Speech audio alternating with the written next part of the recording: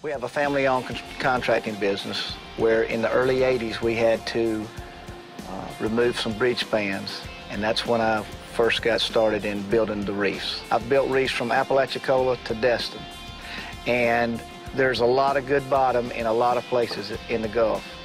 But without enhancing with the artificial reefs, you can't be as productive, and there's just limited of the good bottom spots, and everyone would go to those bottom spots. You would outfish them, and the habitat is so much better, grows so much quicker on the artificial reefs than they do on the live bottom. It takes the live bottom a little longer. You can take drums, containers, mixing drums, concrete mixer drums. We take bridge spans, we take concrete rubble, pipe, inlets, just anything that we can pretty much get our hands on that will meet the inspection. And we've found the more that you mix it up with some concrete, some metal, we really does produce very good fish. When we're making reefs, we haul it to the barge before it's loaded. Then the inspector looks, and he looks at every piece, makes sure that it's oil-free and it meets the criteria that we have to go by. And they give us the location. We take it out there, we drop it off, and we mark the spots as we drop it.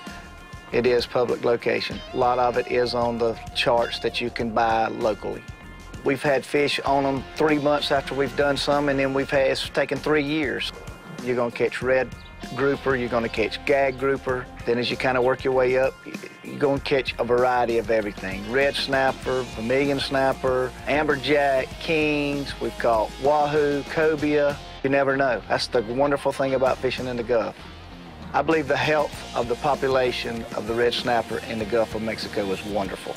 I know that we're in a limited supply, they say, of red snapper, of which I disagree, because we can't hardly go to a spot and not catch a red snapper, especially this year. The last several years, there's been, what we're seeing is decline maybe in the grouper more than the snapper, or either we can't get the bait down to the bottom to catch the grouper because of the snapper.